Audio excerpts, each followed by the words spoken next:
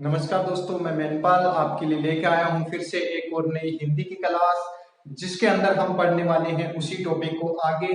और आज ये हमारी रहेगी वाक्य की अंतिम क्लास। साथियों, वाक्य का हमारा टॉपिक चल रहा है, उसके अंदर हमने लगभग कई क्लासें कर चुके। अब ये जो हमारी रहने वाली है ये अंतिम क्लास है दोस्तों। चलिए समझते हैं इसको।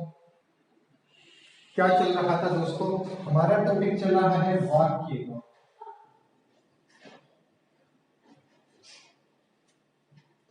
इसमें हमारा टॉपिक चल रहा था दोस्तों, संयुक्त वाक्य को हम कर चुके, सरल वाक्य को कर चुके। अब आता है दोस्तों मिश्र वाक्य। और मिश्र वाक्य में भी हम लोग एक क्लास को कंप्लीट कर चुके दोस्तों। थोड़ा सा शेष रह रहा है, उसको आज कर रहे हैं दोस्तों। इसके बाद बढ़ते हैं नई क्लास की ओर, देखते हैं आगे क्या करते हैं दोस्तों। इसमें क्या रह रहा था? इसमें योजक चिन्ह हमारे रहते थे, योजक चिन्ह। अब देखिए दोस्तों, इसमें योजक चिन्ह कौन कौन से होते हैं दोस्तों? ध्यान दीजिए, इसमें आता है कि, क्योंकि भी आ सकता है दोस्तों, जो आ सकता है, जो, सो, जैसा, वैसा, और इसके अलावा जिसे,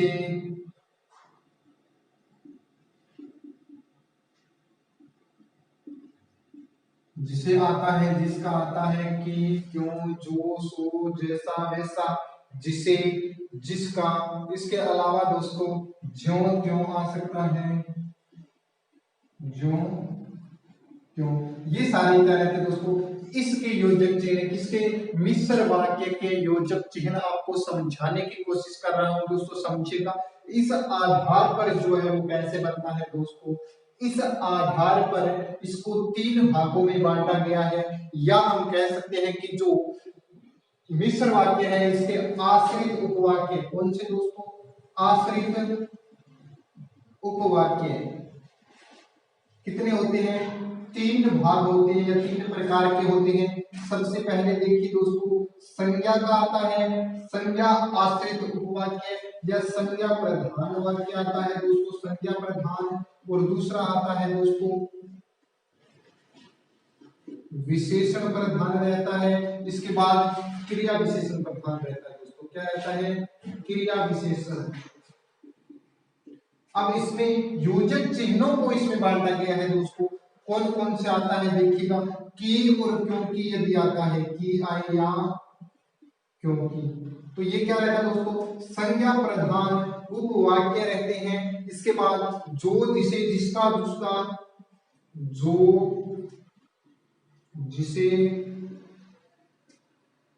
जिसका, उसका, ये सारे के सारे किसमें रहते हैं? विशेषण उपवाक्य है दोस्तों। इसके बाद क्रिया विशेषण में आए तो ज्यों ज्यों आएगा दोस्तों, ज्यों ज्यों ज्यों, त्यों का त्यों। इस प्रकार के शब्द किसमें रहते हैं? क्रिया विशेषण उपवाक्य होते हैं दोस्तों। ये था हमारा वाक्य का जो टॉपिक था। किसके आधार पर दोस्तों? संरचना के आधार पर, संरचना के आधार पर वाक्य जो हमारे हैं वो हुए पूर्ण आज। इसके अलावा दोस्तों, यदि आप हमारे चैनल पे नए हैं दोस्तों तो चैनल को सब्सक्राइब कीजिएगा और डिस्क्रिप्शन में लिंक देख करके ओल्ड वीडियोस को देख लीजिएगा दोस्तों। इससे पहले जो वाक्य का कॉन्सेप्ट क्लियर करवाया हुआ है दोस्तों, संयुक्त वाक्य, सरल वाक्य बहुत अच्छे तरीके से करवाया हुआ है दोस्तों। अब तक हमारी 3 क्लास इससे पहले हो चुकी दोस्तों। ये हमारी लास्ट एंड चौथी क्लास है दोस्तों। आज हम बढ़ते हैं आगे। इसको दोस्तों स्क्रीनशॉट ले लीजिएगा, इसके बाद हम आगे बढ़ते हैं। थोड़ा सा आपके पास समय रहता है।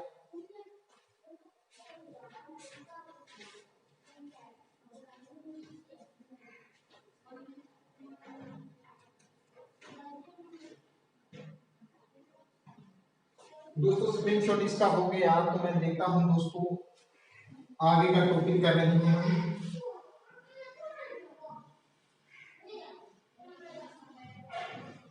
आगे दोस्तों क्या आता है, अर्थ के आधार पर वाक्य है दोस्तों। आगे क्या आना चाहिए, अर्थ के आधार पर वाक्य, अर्थ के आधार पर वाक्य, अर्थ के आधार पर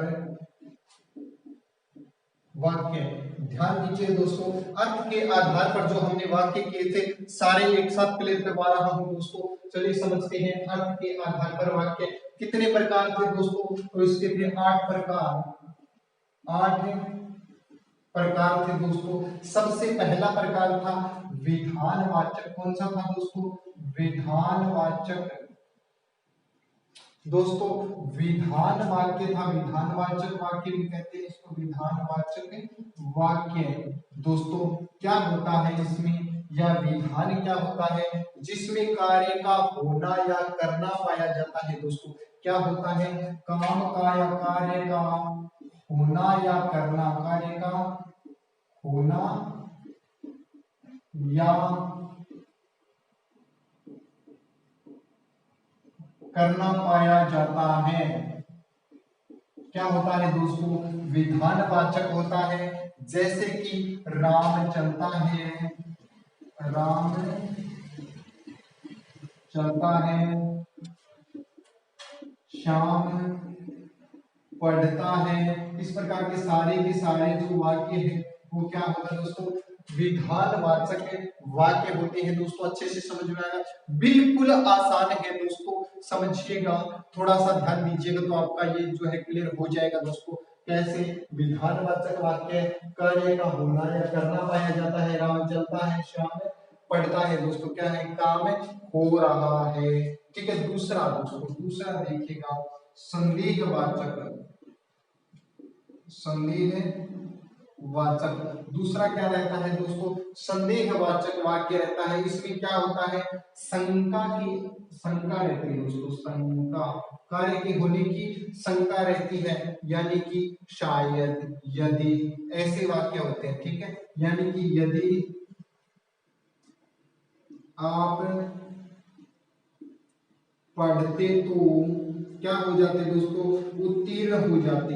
क्या होते, उत्तीर्ण हो जाते। यदि आप पढ़ते तो उत्तीर्ण हो जाते दोस्तों। इस प्रकार के वाक्य किस सुनाते हैं, संदेहवाचक वाक्य में होता है, शायद बारिश आएगी। तीसरा वाक्य क्या होता है दोस्तों, इच्छावाचक वाक्य होता है। बिल्कुल थोड़े थोड़े वाक्य है दोस्तों, समझिएगा, इच्छावाचक वाक्य। ठीक है, अब इच्छावाचक वाक्य में क्या होता है दोस्तों, कि इच्छा निहित रहती है, उसमें थोड़ी सी आशा रहती है कि क्या इच्छा है दोस्तों, मेरी इच्छा है कि आप अच्छे से पढ़ो और आप जॉब लग जाओ, ये मेरी इच्छा है दोस्तों। ठीक है, तो चलिए इसको करते हैं। इसमें क्या होता है दोस्तों, इच्छा निहित रहती है, इच्छा निहित रहती है दोस्तों। कैसे, इच्छावाचक वाक्य का उदाहरण, मैं अध्यापक बन जाऊं। दोस्तों आप तैयारी कर रहे हो रीट की, तो आप क्या सोच रहे हो, मैं अध्यापक बन जाऊं। यदि और कोई तैयारी कर रहा है तो सोच रहा होगा, मैं आरएस बन जाऊं, मैं आईएएस बन जाऊं, मैं पटवारी बन जाऊं। जो भी तैयारी कर रहे हैं वो सोच रहे होंगे कि मैं वो बन जाऊं। आप पटवारी की तैयारी कर रहे हो, मैं पटवारी बन जाऊं। मैं अध्यापक की तैयारी कर रहा हूं तो मैं अध्यापक बन जाऊं। ये क्या है, हमारी इच्छा है दोस्तों। इच्छावाचक वाक्य होते हैं। ठीक है, इसमें क्या होता है दोस्तों, और भी कुछ आता है, जैसे आदर्श, उसमें दुआ रहती है, कई लोग दुआ देते हैं, कई लोग आशीर्वाद देते हैं दोस्तों। आगे कौन सा आता है, चौथा जो प्रकार आता है वो आता है आज्ञावाचक, आज्ञावाचक वाक्य। थोड़ा सा दोस्तों जल्दी जल्दी में पढ़ा रहा हूँ, समझिएगा। आज्ञावाचक वाक्य, आज्ञावाचक वाक्य क्या होता है दोस्तों, जिसमें आज्ञा या आदेश का भाव होता है, आज्ञा या आदेश का भाव होता है दोस्तों। आज्ञा या आदेश का भाव कैसे होता है दोस्तों, जैसे मान लो खिड़की, किसी को कोई काम बोल रहा है, खिड़की खोल दो, या दरवाजा खोल दो, पानी ले आओ, पानी पिला दो। इस प्रकार के एग्जाम्पल किसमें होते हैं दोस्तों, आज्ञावाचक में। यानी किसी को कोई काम कहना, ठीक है, वो क्या होता है, आज्ञावाचक वाक्य होता है दोस्तों। यहाँ तक आपने समझा। इसके बाद 4 हो गए हमारे, अब इसको अरेंज कर रहा हूँ दोस्तों। स्क्रीनशॉट लेना चाहते हो तो ले लो, आपके पास थोड़ा सा समय है।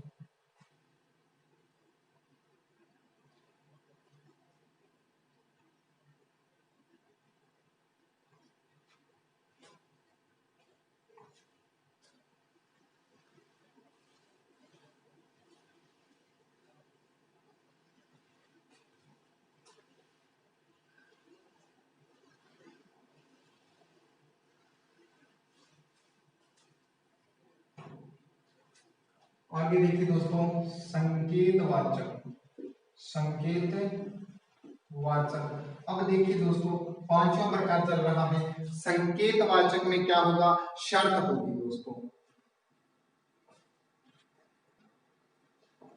संकेत में क्या होता है दोस्तों, वो एग्जाम्पल हमने दिया था ना कि यदि यदि आप पढ़ते तो उत्तीर्ण हो जाते, उत्तीर्ण हो जाते।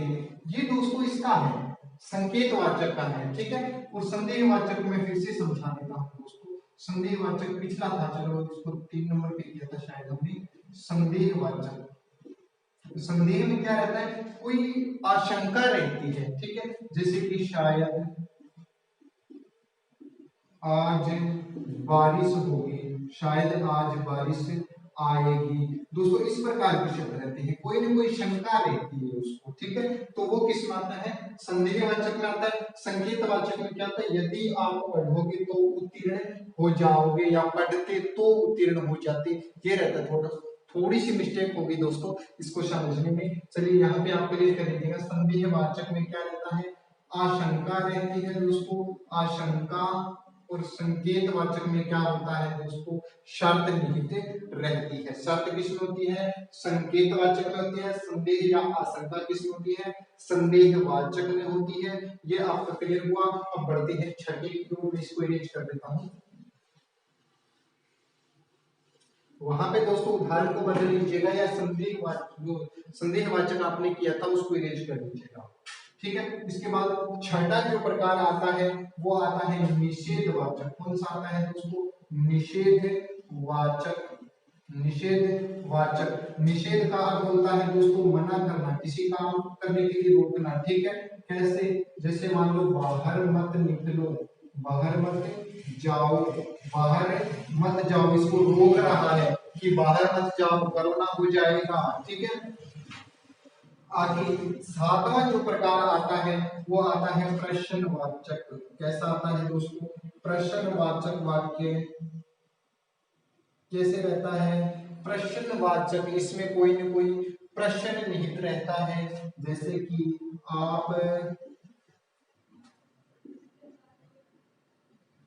क्या कर रहे हो, आप क्या कर रहे हो दोस्तों, क्या है ये, प्रश्न है अपने आप में, ठीक है। आप ये कितने घंटे पढ़ते हो, कितने समय तक पढ़ते हो, इस प्रकार के प्रश्न रहते हैं इसमें। और लास्ट जो हमारा रहता है दोस्तों, वो कौन सा होता है, वो होता है विस्मयादि,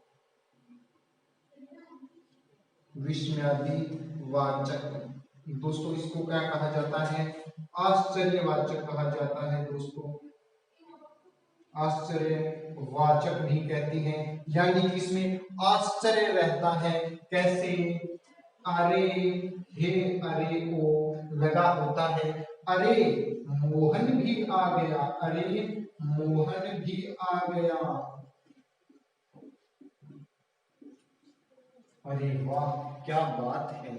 ऐसे जो होते हैं ना, वो इसमें होता है अरे के बाद में थोड़ा सा स्पेस, और क्या होता है, विस्मयादि का निशान लगा हुआ होता है दोस्तों। ये जो चिन्ह लगा होता है ये तो आप पहचान ही लोगे ना कि किस प्रकार का ये अपना शब्द है दोस्तों। तो ये थे आपके वाक्य दोस्तों, थोड़ा सा समझिएगा। मैंने 2 चीजें बोली थी कि एक तो आशीर्वाद बोला था और एक दुआ बोला था दोस्तों। इसमें थोड़ा सा फर्क देखिएगा, इसका स्क्रीनशॉट लीजिएगा, इसके बाद में इसको अरेंज कर रहा हूँ, बढ़ते हैं आगे।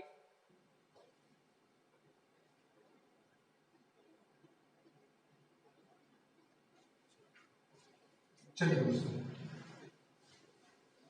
ये हमारे हुए दोस्तों वाक्य कंप्लीट। वाक्य की क्लास हमारी पूर्ण हो चुकी है दोस्तों। अब देखिएगा आशीर्वाद। दोस्तों शब्द शुद्धि में आता है आशीर्वाद, आशीर्वाद इस प्रकार से करके लाते हैं दोस्तों। और जो बिल्कुल क्या रहता है, गलत रहता है, पहला ही ऑप्शन ये रहता है, और उसको क्या करते हैं विद्यार्थी अक्सर गलत करके आते हैं दोस्तों। आशीर्वाद को हमने कैसे लिखना है दोस्तों, ध्यान दीजिएगा, आशी के बाद में वाद के ऊपर रह लगता है दोस्तों, ये बिल्कुल सही रहता है। आशीर्वाद हमें इस प्रकार से लिखना है। एक चीज इसमें ध्यान दीजिएगा दोस्तों कि ऊपर जो भी रे होता है, ऊपर जो भी रे होता है वो कैसा होता है दोस्तों, हलंत रहता है। ऊपर का रे कैसा होता है दोस्तों, हलंत रहता है। ऊपर लगा होगा तो क्या होगा, हलंत होगा। और ऊपर जो रे लगता है वो हलंत होगा, और वो पहले बोला जाता है दोस्तों। क्या बोला जाता है, पहले बोला जाता है। अब यहाँ पे देखिएगा रे है, यदि इसको पहले बोलेंगे इससे तो आशीर्वाद बनेगा दोस्तों। क्या बनेगा, आशीर्वाद बनेगा, जो गलत है। अब हमने क्या लेना है, पहले बोलना है आशी, आगे रे, रे पहले बोला जाएगा तो आशीर्वाद। ये कैसे बोला जाएगा दोस्तों, आशीर्वाद बोला जाएगा, जो बिल्कुल सही है। तो याद रखिएगा ऊपर जो भी रे होता है वो आधा होता है, और शब्द से उस वर्ण से पहले बोला जाता है दोस्तों। इतनी चीज आपको क्लियर हुई दोस्तों। चलिए बढ़ते हैं थोड़ा सा इससे आगे, और क्या करते हैं, आशीर्वाद का अर्थ समझते हैं दोस्तों। चलिए समझते हैं इसका अर्थ कि आशीर्वाद का क्या अर्थ होता है, दुआ का क्या अर्थ होता है दोस्तों। आशीर्वाद और दुआ में फर्क हम लोग करने वाले थे, चलिए वो भी आपको बता देते हैं। आशीर्वाद एक होती है दोस्तों दुआ, ठीक है। आशीर्वाद प्रत्यक्ष रूप से दिया जाता है दोस्तों। कैसे दिया जाता है, प्रत्यक्ष रूप से दिया जाता है, ठीक है। मैं आपके सामने हूं, आप यदि मान लो कि हम बड़ों के चरण स्पर्श करते हैं, वो हमें आशीष देता है, वो हमें आशीर्वाद देता है, उसको कहा जाता है आशीर्वाद। कामयाबी की दुआ दी जाती है, किसमें, आशीर्वाद में। परंतु सामने बिल्कुल और प्रत्यक्ष रूप से और दुआ में भी क्या किया जाता है दोस्तों, कामना की जाती है। किसकी कामना की जाती है, उसको सफल भविष्य की, सफल भविष्य की कामना की जाती है, उसकी सफलता की कामना की जाती है दोस्तों। उसको बोल के नहीं बताया जाता। प्रत्यक्ष में आशीर्वाद में प्रत्यक्ष रूप से, दुआ में अप्रत्यक्ष रूप से दोस्तों। मान लो हमने अपने माता पिता को कोई पत्र लिखा, और उसमें हम कहते हैं मैं आपके चरण स्पर्श करता हूँ दोस्तों। हम चरण स्पर्श जब करते हैं तो वो हमें आशीर्वाद भी देते हैं। वो क्या होता है, अप्रत्यक्ष रूप से होता है। यदि सामने जाकर के चरण स्पर्श करते हैं तो प्रत्यक्ष रूप से हमें क्या देते हैं दोस्तों, कामयाबी के लिए कहते हैं, कामयाबी की आशंका, कामयाबी की वरदान देते हैं दोस्तों। आशीर्वाद उसी को कहा जाता है। तो ये दोनों चीज आपकी क्लियर हुई। दोनों दोस्तों मूल रूप से अलग अलग है, थोड़े से अर्थ एक ही है, दोनों का थोड़ा सा फर्क है। तो आज की क्लास में हमने वाक्य का हमारा टॉपिक था वो पूरा किया। वाक्य की 4 क्लासें हो चुकी दोस्तों। अब अगला टॉपिक मैं लेके आऊंगा आपके लिए, वो रहेगा दोस्तों उपसर्ग। कोशिश करूंगा हमारा एक ही जो बिंदु है वो छोटा है, उपसर्ग। कल की क्लास में उपसर्ग को क्लियर कर लेंगे दोस्तों। आशा करता हूं कि आपको जो क्लासें हैं पसंद आ रही होगी दोस्तों। आप हमारे चैनल को लाइक कीजिएगा, सब्सक्राइब कीजिएगा। मिलते हैं एक और नई क्लास में, तब तक के लिए धन्यवाद।